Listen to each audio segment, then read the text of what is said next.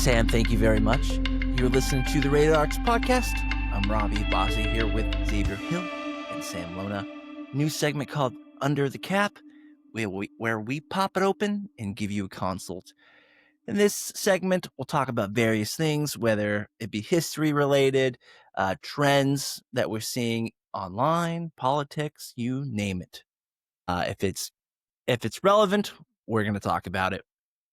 And medications that changed the world. I want to start you guys off with an anniversary date. October 10th, 63 years ago, was the day John F. Kennedy signed an amendment called the Drug Efficacy Amendment. Okay. This amendment completely changed the way our medications get approved prior to it being on the market for consumers or doctors prescribing it, all because of medication called thalidomide. Are you guys familiar with the thalidomide? Yes, I'm seeing some some head nods here. The baby the flippers. flipper babies, yes. So for our listeners who don't know of this medication and why it was so impactful, in roughly in the late 1950s and early 1960s, this was a medication that was initially used for women who were pregnant to help treat their morning sickness. This medication ultimately hit the market in Canada and Europe. And ultimately, what that did was cause malformations to the babies where they were missing limbs, had these flipper babies, but it did not happen in the US. Ultimately, there was a lady by the name of Dr. Oldham Kelsey. She was one of the very few handful of people on the FDA panel who was reviewing this, and she was not satisfied with the data that was presented in front of her. She thought they were lacking a lot of efficacy when it came towards safety. And apparently this company who kept trying to get this medication approved multiple times, but she kept rejecting it, and ultimately saved us much heartache and headache here in the United States. Now, that goes without saying. Unfortunately, there was still some babies that were exposed. I think roughly 17 cases when I looked into it, and that's mainly because doctors get samples. They give these samples on to their patients. So unfortunately, there was some exposure, but thankfully not as much. So now, cue this new amendment here, also known as the Kefauver-Harris Amendment. And what this law did was basically make it where if a drug company wanted to get a drug approved, they had to present a lot of data to support the medication to not only be effective, but also safe. So now every medication since then has gone through this process, all because of one medication that changed the world and the way we do things, thalidomide.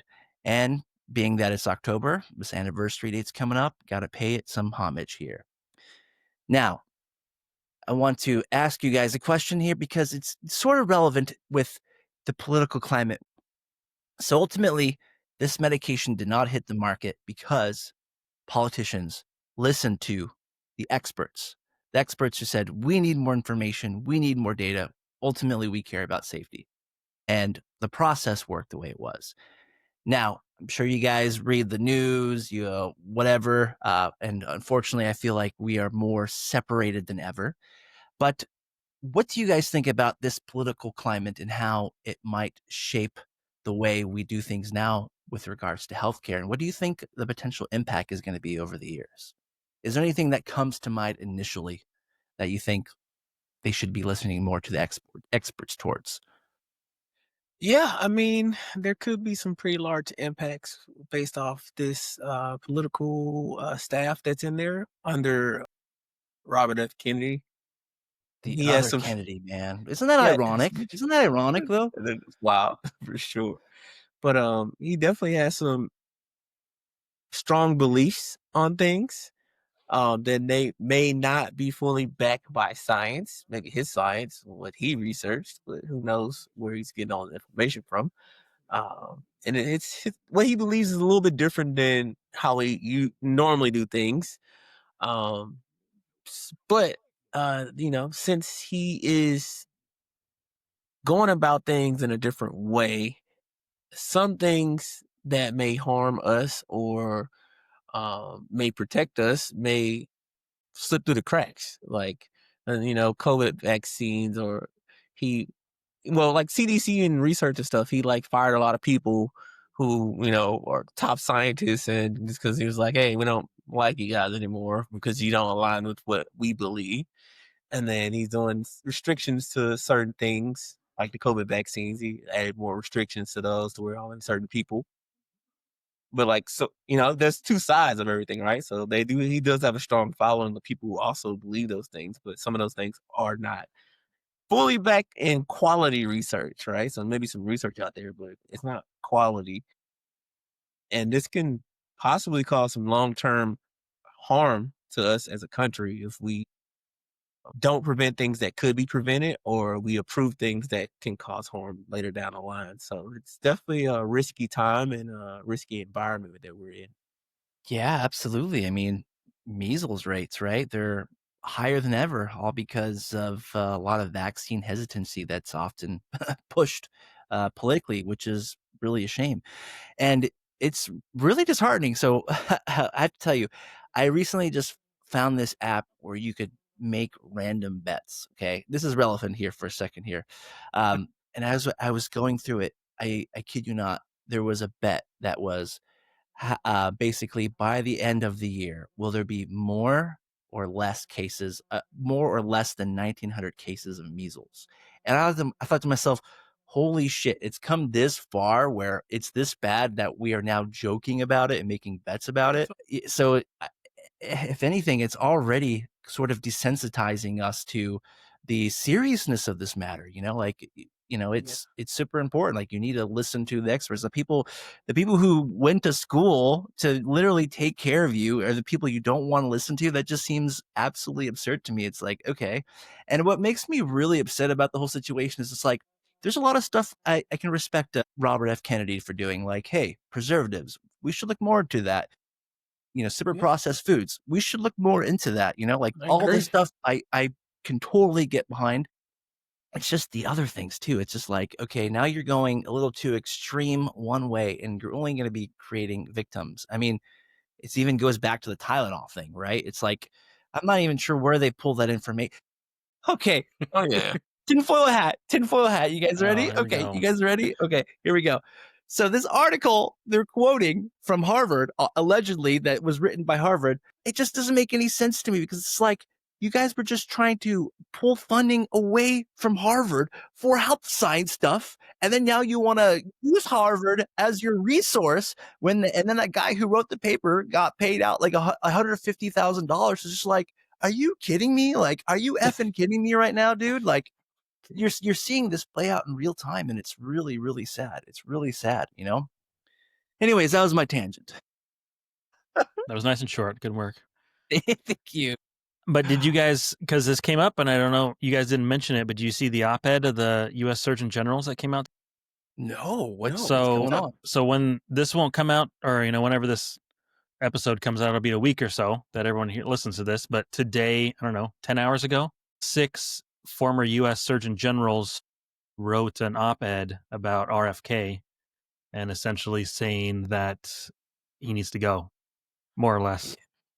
And Ooh. so they're talking about vaccine policies, research funding, everything you guys are talking about, workforce leadership.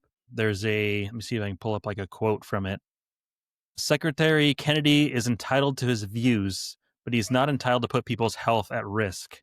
He has rejected science, misled the public, and compromised the health of Americans.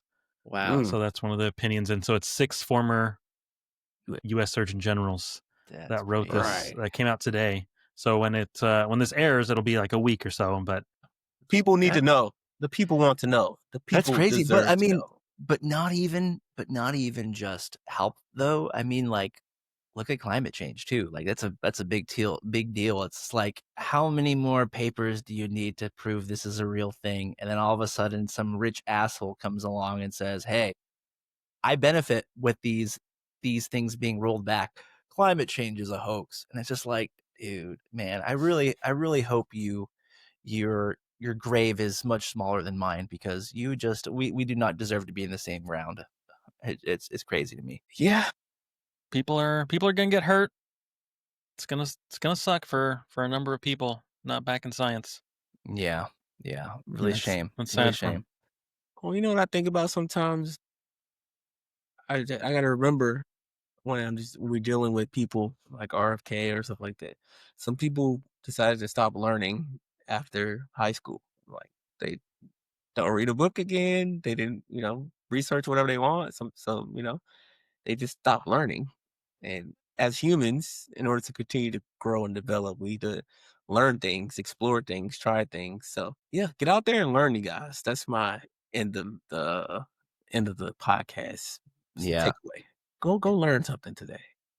Well, And make sure if you we're learn from good validated sources, not from random forums online and Not on TikTok. Read a book. your grandma's Facebook post. Yeah.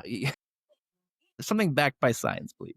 but to circle back to what Robbie was saying with thalidomide, Mm, that essentially, if we're talking about this maybe short-sighted view, like that this med, I don't remember if you actually said, but it was for morning sickness Yeah. yes. for pregnant women. So they were taking this to help with their side effects that they were having, and it affected the babies that they had, and so that's kind of what the push that was happening, because all these women were seeing it's like, hey, there's this med out there that can help me right now. Like, I'm feeling crappy, I'm in pain, I'm whatever, help me.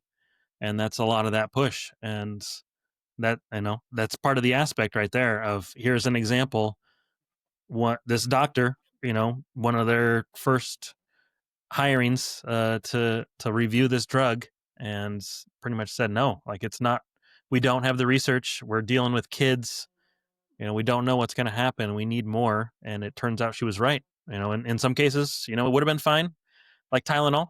There's the joke in there, just completely fine. Dude, But this drug, was taken when they were pregnant, and it caused severe birth defects. But people still wanted it, and they thought they wanted it, and not till later did they find out, hey, this was very dangerous to be taken. We didn't have that information. eh, Go for it. go ahead, Robbie. Dude, sorry, but holy shit, we live in a simulation. 2 fucking Kennedys, okay? 2 Kennedys There here he goes. I'm sorry I brought it up. talking about medications when it comes to pregnancy, okay? Okay? Just think about that for a second. Just think about that. One that wants to protect people, other one, and I mean, they both want to protect, but it's just like, dude, like, one actually looked at science, the other one just, I don't know what they looked at. They're crystal ball. Anyways. Oh, but just, man, we live in a simulation theory, and you cannot convince me otherwise. I believe you, man. And then this Oh, is this is the last thing I want to say about that. Like, we as Americans are used, or just people in general, are used to the easy button and taking a pill for everything, right? Like, all those people wanted a pill for morning sickness when they could have, made sure that their partner abstained from alcohol and exercise and was healthy before they got pregnant. I know some people get pregnant accidentally, but like, they're like, eating right and exercising prevents so many different things to where you don't have to take a pill. So we always recommend eating right and exercising to everybody. Even though we're pharmacists, we love the pills. We love to give you pills, but eat right and exercise. You don't have to take none of this. Put us out of business. I would love to retire. Trust me.